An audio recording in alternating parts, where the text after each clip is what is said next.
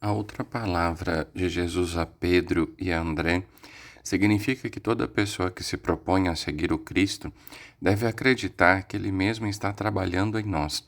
Disse o Salvador: Eu farei de vós pescadores de homens. Jesus sabia que aqueles dois irmãos eram pescadores e filhos de pescadores. Entretanto, sabia também que para sua próxima missão, bastante mais exigente, eles seriam absolutamente incapazes de se qualificar por conta própria. Jesus não lhes disse: Quando vocês se tornarem pescadores de homens, então voltarei e levarei vocês comigo. Ao contrário, o Senhor lhes disse: Se vocês desejam ser tudo o que Deus sonhou para vocês, deixem agora o seu jeito de pescar e venham comigo. Eu vou fazer de vocês a minha grande obra. Vou ensiná-los a ser como eu. Eu vou fazer de vocês tudo o que vocês precisam ser e que sozinhos jamais conseguiriam. Ainda hoje é assim que Jesus faz. Ele sabe que sozinhos não conseguimos dar conta de ser tudo o que precisamos. Então, ele nos toma em suas mãos e vai nos moldando, nos ensinando. Querido irmão, querida irmã, Jesus ainda pode fazer de você o pai ou a mãe que seus filhos precisam que você seja. Ele pode tornar você o marido ou a esposa que seu cônjuge precisa ter ao seu lado. A obra mais bonita que Deus está fazendo em sua vida é você mesmo e você mesma. Uma pessoa completa, íntegra, capaz de ser bênção para muitos outros. Já no Antigo Testamento, um dia o Senhor fez uma linda revelação ao profeta Jeremias. A palavra do Senhor veio a Jeremias dizendo: Levanta-te e desce à casa do oleiro, e lá te farei ouvir as minhas palavras. E desci à casa do oleiro, e eis que ele estava fazendo a sua obra sobre as rodas. Como o vaso que ele fazia de barro se quebrou na mão do oleiro, tornou a fazer dele outro vaso, conforme o que pareceu bem aos seus olhos fazer. Então veio a mim a palavra do Senhor, dizendo: Não poderei eu fazer de vós como fez este oleiro, ó casa de Israel? Diz o Senhor: Eis que, como barro na mão do oleiro, assim sois vós na minha mão, ó casa de Israel. Quando o profeta chegou à oficina do oleiro, encontrou-o envolvido com sua obra. Assim também, já agora, o Senhor está envolvido em você com todo o tempo, moldando sua vida. Jeremias percebeu que era comum que os vasos de cerâmica se rompessem enquanto estavam sendo moldados. Contudo, percebeu também que o oleiro voltava a amassar o barro e refazia seu trabalho até que tudo se tornasse como parecia bem aos seus olhos. O Senhor lhe revelou então que dessa mesma forma acontece conosco. Somos como barro nas mãos do oleiro, somos obra sua. Quantas vezes o Senhor nos tem refeito, depois de sermos quebrados pelas circunstâncias da vida? E a cada vez que nos refaz, o Senhor nos torna mais parecidos com aquilo que um dia Ele mesmo desejou realizar. Cada vez que nos quebramos nas mãos do oleiro, somos de novo matéria-prima para seus planos mais perfeitos. A argila não conduz as mãos do artista à medida que vai sendo moldada, apenas se abandona ao trabalho do seu idealizador. Quanto mais dócil o barro é nas mãos do oleiro, quanto menos resistente e endurecido, mais e melhor pode trabalhar o autor em sua obra. Quando não compreendemos que a coisa mais importante em nossa vida é o que Deus está fazendo em nós, quando pensamos que o mais importante é o que nós mesmos conseguimos fazer, então classificamos tudo o que vivenciamos com um destes dois rótulos, sucesso ou fracasso. Quando as coisas acontecem do jeito que imaginávamos, correspondendo às nossas expectativas, então comemoramos um grande sucesso. Ao contrário, quando a vida nos surpreende com situações que não planejamos enfrentar, então nos deixamos abater diante de um aparente fracasso. E algumas pessoas acabam pensando que suas vidas não passam de uma montanha de fracassos. Contudo, se nossos olhos estão voltados para aquilo que Deus está realizando em nós, percebemos que Ele trabalha tanto no sucesso quanto no fracasso.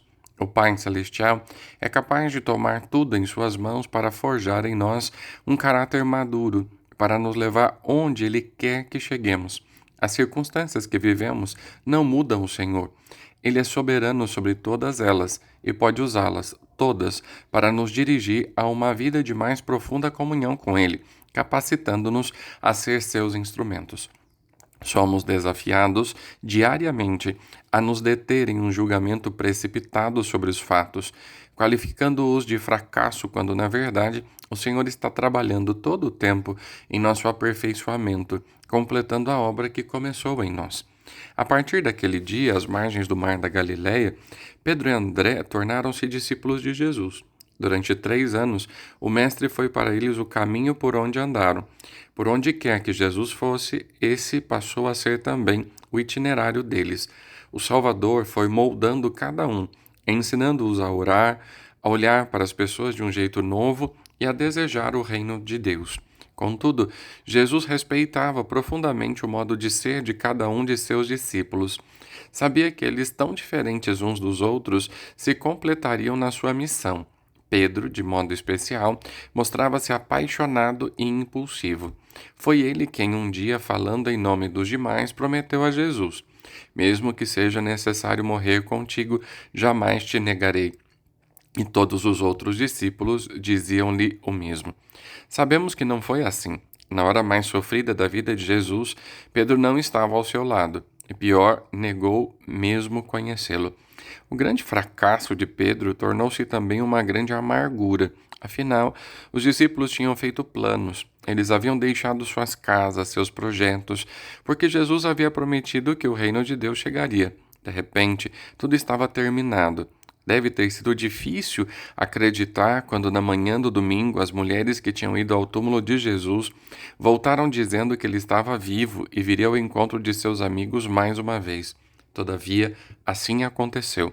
O reencontro de Jesus com seus discípulos após a ressurreição foi certamente um tempo para curar profundas feridas e refazer projetos. Ao retornar para eles, é como se Jesus lhes dissesse: eu ainda conto com vocês. Vocês ainda têm um lugar em tudo aquilo que o Pai planejou para mim. Jesus poderia ter buscado outros homens que se mostrassem mais capazes do que aqueles para levar adiante seus planos. Ele poderia demonstrar decepção pela fragilidade daqueles que um dia disseram-lhe que morreriam por sua causa. Entretanto, não foi assim. Jesus deu a cada um a oportunidade de recomeçar e retomar seu lugar nos planos de Deus.